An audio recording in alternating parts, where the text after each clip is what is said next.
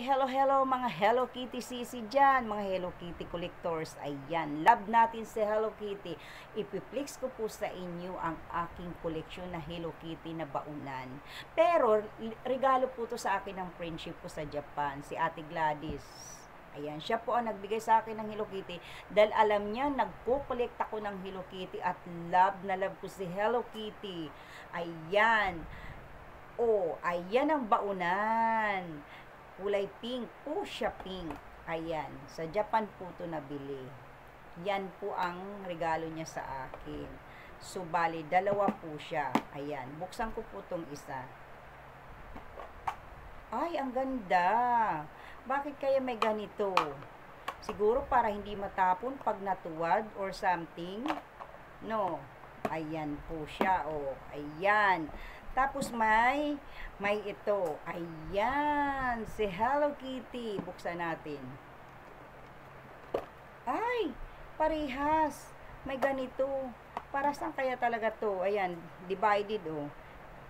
Para kung sakali may ulam, may kanin siguro, or di ko alam kung may isda or something. Tapos parang may ganito siya, oh.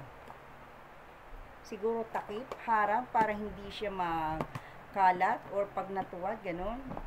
Tapos, itong isa. Tingnan natin kung parehas din.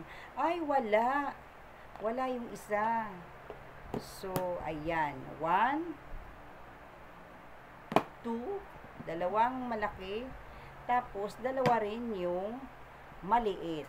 Ayan. Yan po ang aking Hello Kitty na koleksyon. Galing po to sa Japan. Regalo po to sa akin ng aking friendship.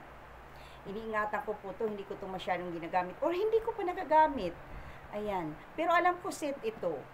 Oh, mayroon pa tong ano pero nakatago lang kasi yung kanyang parang lalagyan box or parang bag.